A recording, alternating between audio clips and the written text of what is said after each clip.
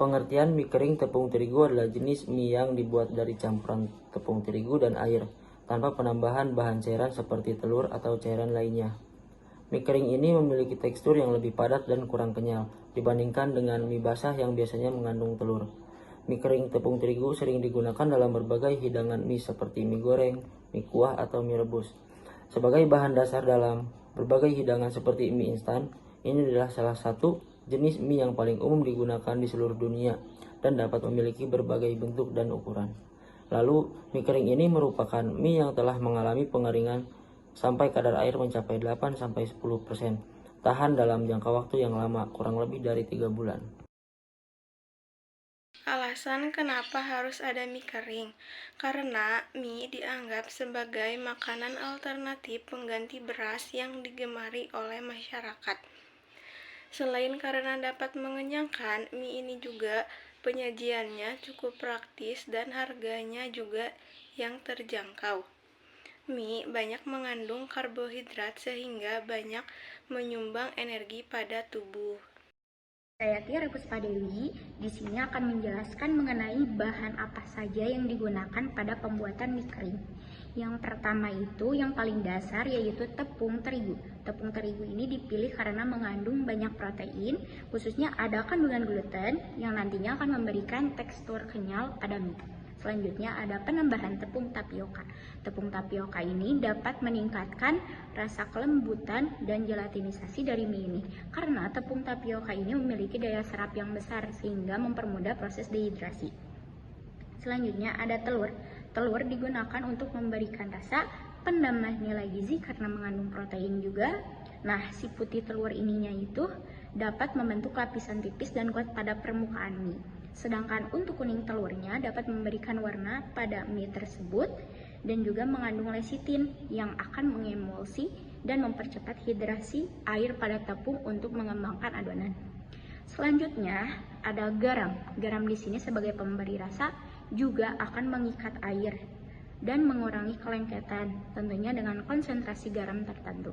Selanjutnya ada air. Air di sini untuk membentuk konsistensi adonan yang diinginkan dengan suhu dan pH air yang sesuai sehingga mengaktifkan enzim amilase untuk memecah pati yang akan menjadi gluten.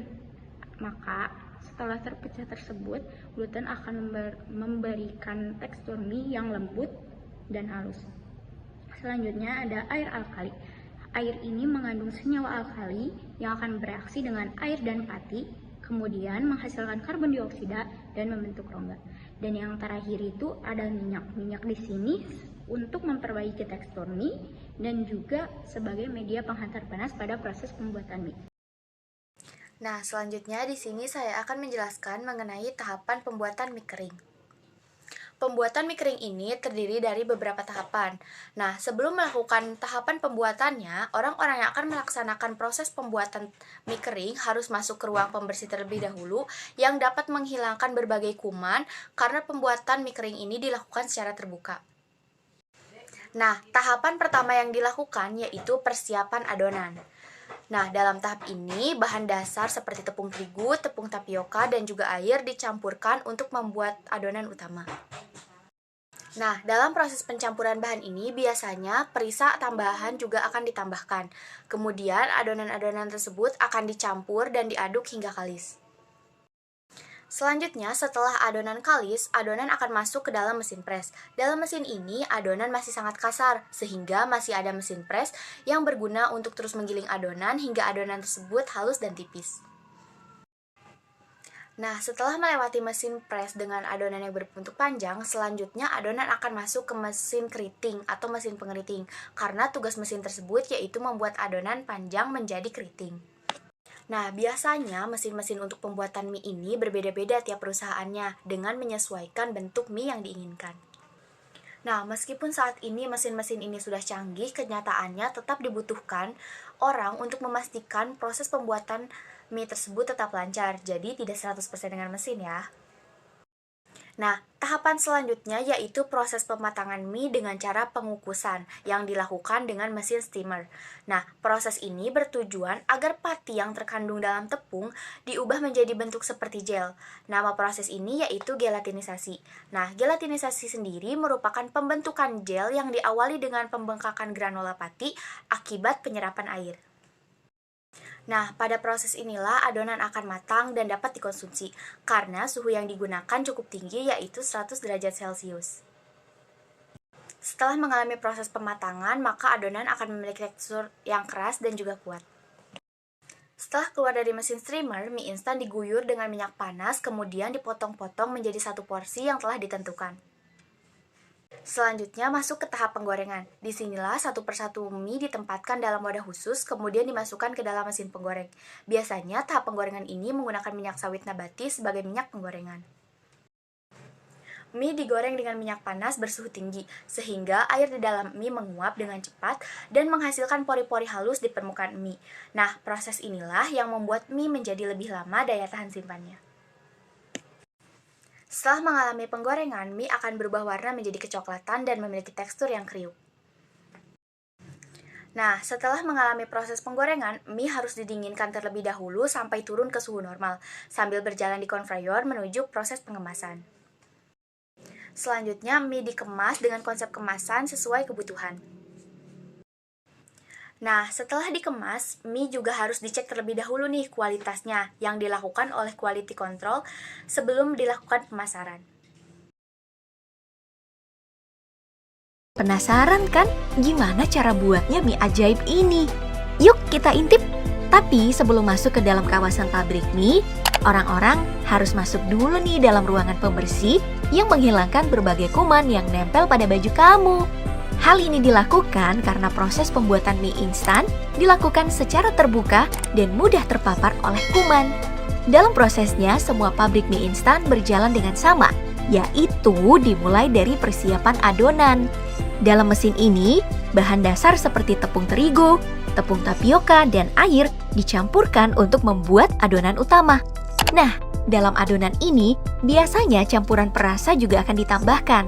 Makanya, tiap mie instan dengan rasa berbeda juga memiliki adonan yang berbeda. Jika adonan sudah selesai, sekarang adonan tadi masuk dalam mesin press. Dalam mesin ini, tekstur adonan masih sangat kasar. Makanya ada serangkaian mesin press untuk terus menggiling si adonan hingga adonan halus dan juga tipis. Biar enak dong nantinya pas dikunyah. Dari mesin press yang halus-halus tadi, sekarang adonan akan lanjut ke mesin press selanjutnya yang bakal kita sebut mesin pengeriting. Soalnya tugas mesin ini emang membuat tekstur adonan panjang tadi menjadi keriting. Biasanya sih mesin press untuk membuat adonan keriting ini beda-beda ya untuk tiap perusahaan yang menyesuaikan bentuk mie yang diinginkan. Meskipun mesin-mesin ini udah canggih, karyawan pun tetap dibutuhkan untuk memastikan bagaimana proses pembuatan ini tetap lancar. Jadi nggak 100% mesin loh Pop Gengs. Setelah adonan menjadi keriting, sekarang si adonan akan lanjut ke mesin steamer untuk dikukus. Pada tahapan ini, adonan tadi mengalami proses gelatinisasi atau proses perubahan pati dalam tepung menjadi sebuah gel. Di proses ini jugalah mie keriting ini sudah dianggap matang dan sudah bisa untuk dikonsumsi karena suhu yang digunakan cukup tinggi, yaitu 100 derajat Celcius. Namun ya tentu saja rasanya masih hambar dan gak seasik makan Indomie goreng pas tengah malam. Jika sudah keluar dari mesin steamer, mie instan ini kemudian diguyur minyak perasa, lalu kemudian dipotong-potong menjadi satu porsi yang sudah ditentukan. Nah, kalau kamu pernah dapetin mie instan yang isinya kurang atau lebih, maka mesin pemotong ini nih yang bertanggung jawab atas porsi mie instan yang kamu dapatkan. Belum lagi bila mie yang sudah terpotong tersebut keluar jalur, maka harus ditertibkan seperti ini nih. Dan lagi-lagi, tetap butuh manusia untuk menyempurnakan proses ini. Jika semua adonan tadi sudah selesai dipotong, maka sekarang waktunya kita masuk ke tahap penggorengan. Di sini, satu persatu mie tadi ditempatkan dalam wadah khusus, kemudian dimasukkan dalam mesin penggoreng. Biasanya proses menggoreng ini menggunakan minyak sawit nabati sebagai minyak penggorengan. Proses menggoreng ini dilakukan untuk mengurangi bahkan menghabiskan kandungan air dalam adonan mie supaya bisa bertahan lama. Setelah digoreng, mie harus didinginkan dulu sampai turun ke suhu normal sambil berjalan di conveyor menuju pengemasan. Jika sudah digoreng, sekarang kita masuk ke dalam proses terakhir, yaitu proses pengemasan. Proses ini tuh masih dilakukan oleh mesin yang melakukan berbagai hal sekaligus. Mulai dari memberi bungkusan bumbu dan juga minyak perasa, hingga memberikan bungkus kemasan pada mie yang sudah lengkap tadi. Dan mie instan pun siap dipasarkan untuk mengenyangkan banyak orang. Tapi sebelum dipasarkan, tahapan penting lainnya adalah mengecek kualitas mie instan ini. Prosesnya akan dilakukan oleh staf quality control. Selanjutnya ada bahan penambah tepung terigu yang dapat digunakan untuk membuat mie kering. Hal ini dapat dijadikan sebagai inovasi. Inovasi yang pertama itu ada tepung sukun. Berdasarkan jurnal, tepung sukun ini memiliki karbohidrat yang cukup tinggi. Namun, kandungan pati dari tepung sukun ini lebih tinggi daripada tepung terigu, yaitu sebanyak 76%, yang dimana hal ini dapat membuat mie mudah patah.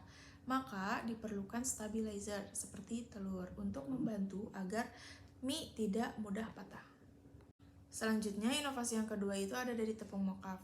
Berdasarkan jurnal yang kami baca, tepung mokaf mengandung karbohidrat, kemudian memiliki produktivitas yang tinggi, dan budidaya yang mudah, harga yang murah juga.